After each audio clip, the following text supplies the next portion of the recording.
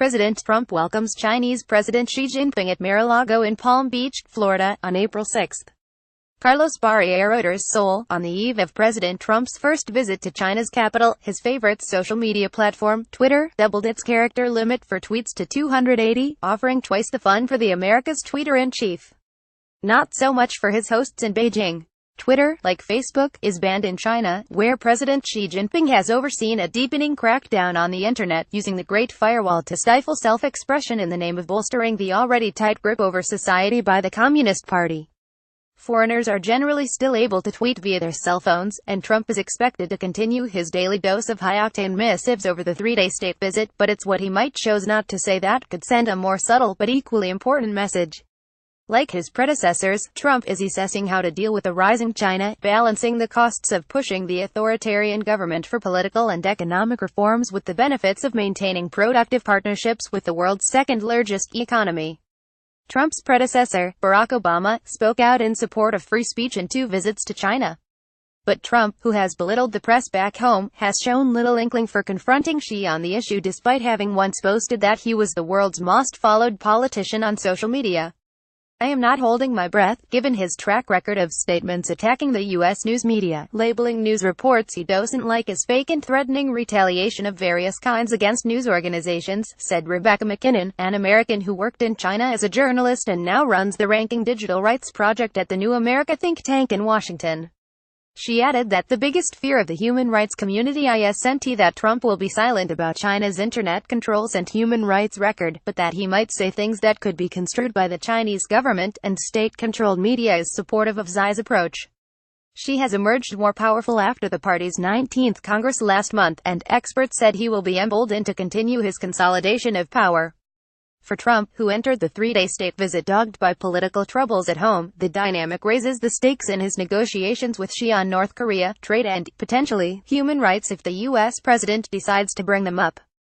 Trump has sent mixed signals on his mindset toward Beijing. He signed an executive order in September authorizing the Treasury Department to pursue economic sanctions on foreign companies and banks that do business with North Korea. China is by far the North's largest trading partner. At the same time, Trump has heaped praise on Xi. During a news conference in Seoul on Tuesday, Trump praised Xi for being very helpful on North Korea and added that China is trying very hard to solve the problem. On Wednesday, Trump mischaracterized the nature of Xi's success at the Communist Party Congress, writing on Twitter that he was looking forward to meeting with President Xi, who is just off his great political victory. China is a one-party system of authoritarian rule. Xi welcomed Trump, who flew to Beijing after delivering a hardline speech against North Korea at the South Korean National Assembly, with a state visit plus that opened with a tour of Beijing's ancient Forbidden City, a reminder of China's 5,000 years of history. Xi has been attempting to elevate his country to a position of dominance in Asia and co-equal to the United States on the world stage, with its economic growth offered as an alternative model to U.S.-style free market capitalism. As Trump and First Lady Melania Trump left Air Force One in Beijing, a band played martial and children waved small Chinese and U.S. flags. The Trump administration has responded by framing his 11-day, 5-nation Asia trip as a broadening of U.S. policy in the Indo-Pacific region. The administration's inclusion of India as a partner in its strategy has been read by some in Beijing and elsewhere as a bid to contain China, which Trump aides deny. I don't think anybody would be able to contain China, Kui Tiankai, China's ambassador to Washington, told reporters ahead of Trump's trip. President Xi has always said that the Pacific Ocean is large enough to accommodate the development of both China and the United States. We hope all parties do things that are conducive to better relations, trust and mutual understanding. Trump is scheduled to deliver a speech outlining his vision for the U.S. role in the region during the Asian-Pacific Economic Cooperation Forum in Da Nang, Vietnam, this week. China's aggressive maritime expansion in the South China Sea, which the Obama administration had sought to roll back, is likely to be among the topics Trump will raise during meetings with Southeast Asia leaders in Vietnam and a regional conference in the Philippines early next week before he returns to Washington. At a news conference in Tokyo this week, Trump said he likes Xi a lot and considers him a friend. But he added that he remains concerned about a trade imbalance in China's favor and vowed the United States will take very, very strong action on pushing Beijing for greater market access for U.S. firms. The problem we have with China is that for decades, it's been a very unfair on trade, Trump said. There have never been more challenging issues to address, said Tim Stratford, managing partner of Covington Burling's Beijing office and former assistant U.S. trade representative.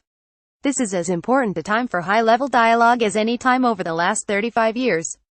U.S. companies, including technology firms such as Google, Facebook and Twitter, have complained for years about China's internet censorship, and some have made concessions to do business in the world's most populous country. Several years ago, the Communist Party attempted to limit the renewals of some visas for U.S. journalists from the New York Times and Bloomberg over stories that revealed a web of hidden wealth and corruption among top party officials, prompting public and private objections from the Obama administration. But some U.S. experts said it is unlikely she will make concessions on issues involving free speech even if Trump does raise them. Consolidating state power over the internet is a top priority for Xi, both economically and for state security, said Ian Bremmer, president of Eurasia Group, a global risk assessment firm. A read of their artificial intelligence strategy shows they've put more thought into this than any other government out there, and they're just getting started. Emily Ra in Beijing contributed to this report.